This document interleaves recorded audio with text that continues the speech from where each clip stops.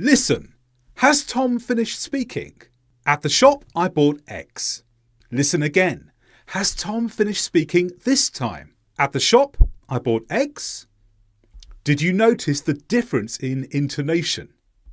In the first example, there was a falling tone on X. At the shop, I bought X. And we use this falling tone to show we have finished our turn. Tom had nothing more to say, so by falling in tone, he indicates to the listener, I have finished.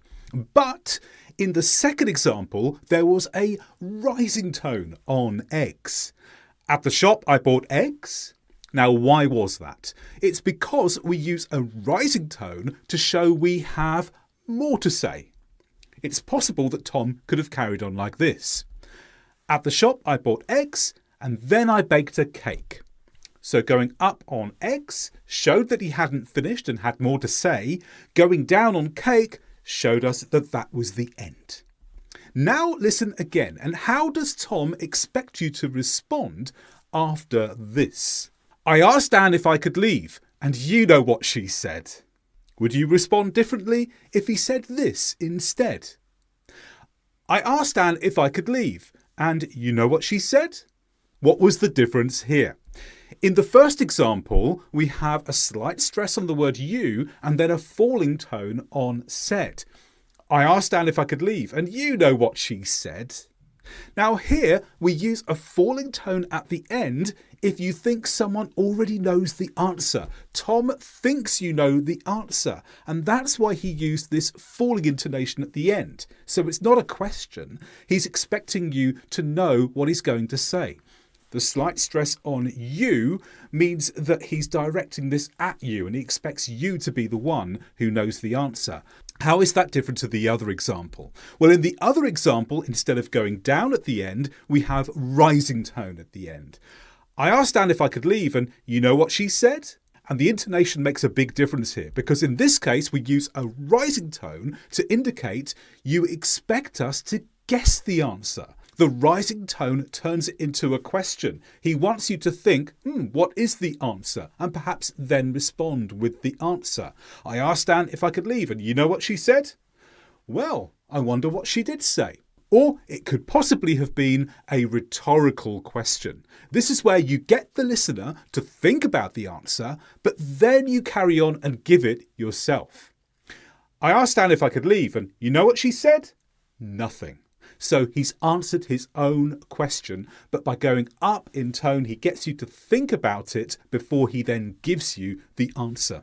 Listen to a couple more statements.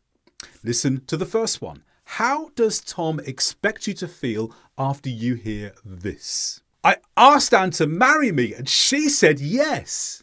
Would you feel differently though after this? I asked Anne to cook me dinner and she said yes.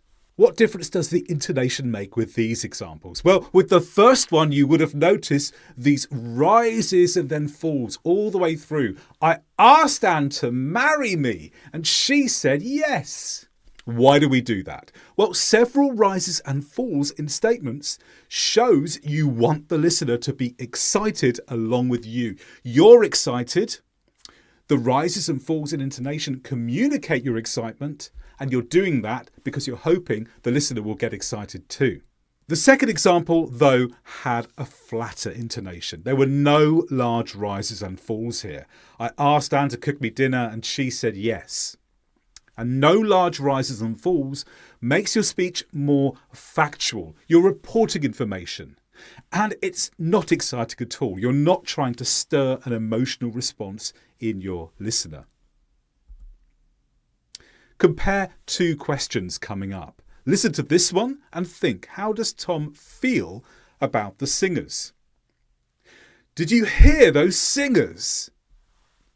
Compare it with this. How does Tom feel about the band? Did you hear the band? Did you hear those singers? Did you hear the band? What difference does intonation make this time? Let's look at the first one. Did you hear those singers? Even though this is a question, sharp rises in tone indicate that the speaker thinks something interesting happened. Let's go quickly to the next example. Did you hear those singers? Or did you hear those singers? A lack of rises except at the end indicates the speaker thinks nothing particularly interesting happened. So intonation communicates more than just the words in the question.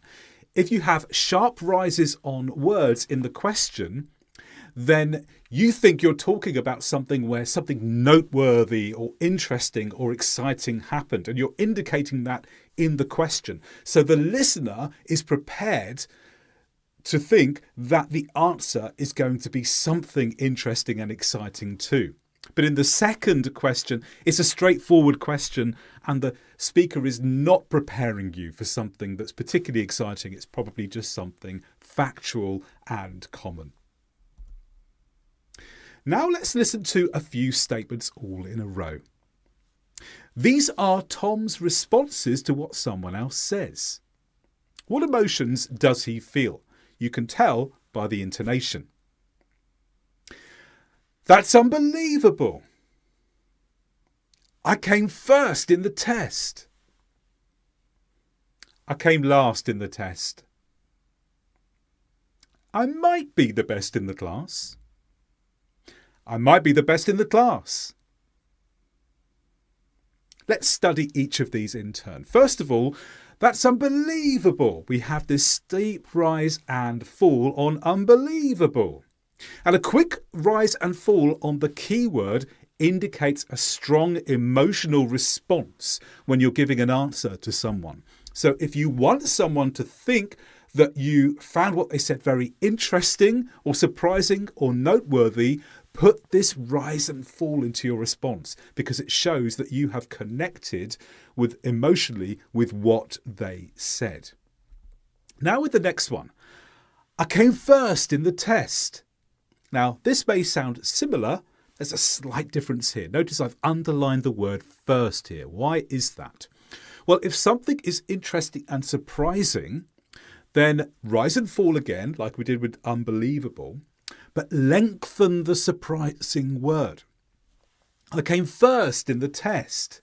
And by lengthening that word, you're adding that little bit of extra emphasis on it, telling the listener this is the word to take note of. And if you do this rise and fall, it can mean more than just interesting. It can mean I'm surprised too, and I'm communicating my surprise to you. But what about this one? I came last in the test. Here we go down on the keyword. And this shows disappointment. To show disappointment, fall and also lengthen the key word to show that this is the bit which is disappointing. Now we came to two statements with the word might, but both of them have differences. First of all, I rise and fall with might. I might be the best in the class. And this emphasises doubt. This puts stress on the word might. Might is a modal that we often use to show that something is not certain. By stressing this word, using the up and down, the rise and fall, we express doubt more clearly. So we rise, we lengthen the word that expresses the doubt, and that emphasises the doubt. But then we also said the same statement again, but with very different intonation. I might be the best in the class.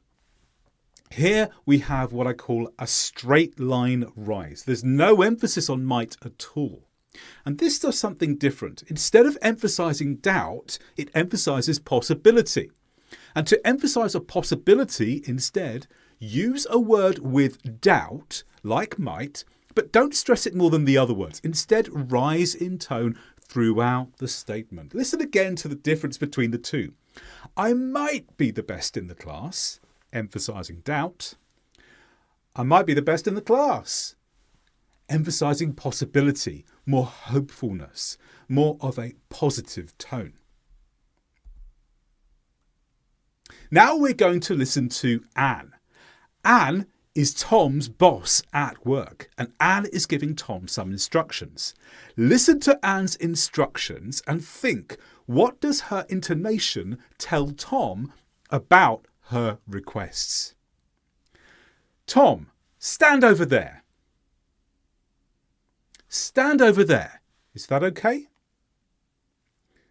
Could you stand over there? Where would you like to stand? Where would you like to stand? What difference does the intonation make with all of these? Well, in the first one, we have this falling tone on a statement. Tom, stand over there. And Anne has used falling tone in this situation for this reason. Falling tone shows that Anne thinks she is in charge and has the power to tell Tom what to do. This is often the tone that managers or people in leadership will use to people who are below them to communicate a message, but to tell them this is a rule you must follow. I am telling you what to do. I'm falling in tone. There's certainty. There's no question. You must do what I say. The next example is similar, but with a slight difference. Stand over there. Is that okay?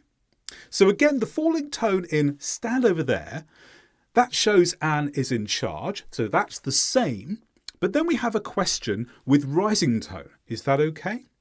The rising tone in the question indicates that Tom can make some decisions too. And this is useful for a manager if you want to show that you're in charge, but you don't want the people below you to feel completely powerless and that you are just like a dictator over them. You're showing that you are interested in more of a relationship with them where there is some interaction and it's not all about you being in charge. So there's that subtle difference just by adding that question with the rising tone at the end. Now, this question has a difference. It's still an instruction, but notice it starts with a modal verb and it has rising tone at the end. Could you stand over there? Now, it's still an instruction, but we use these modal verbs that have a past sense, like could and would, to make our instructions more polite. So a rising tone with a modal verb is a more polite way of asking someone to do something. So again, it's useful if you want to be in charge, to show you're in charge, but to show you're being polite and considerate in the way that you do it. Now, the last two statements were exactly the same, but the difference was with the intonation. Let's look at the first one. Where would you like to stand? So this is a question where it appears that the person responding has the right to say whatever they want, but something about the intonation is important. And the intonation is a falling tone here. And notice it's an open question as well. Where would you like to stand? It's not yes or no, like with the modal verb question. Where would you like to stand? You could potentially say anything in response. But this is what's going on. A falling tone in an open question indicates Anne is still in charge, but is giving power to the listener. So by making it an open question, the listener has power to say what they want. By using the falling tone, Anne is reminding them, I'm in charge. I asked the question. I have the power to ask the question. The second example, though, had rising tone at the end. Where would you like to stand?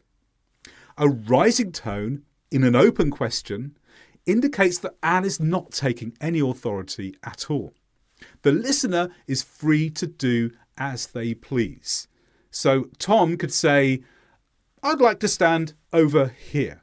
And Anne is not giving any sense that she's going to stop him. The rising tone is making it free to Tom to respond in whatever way he wishes.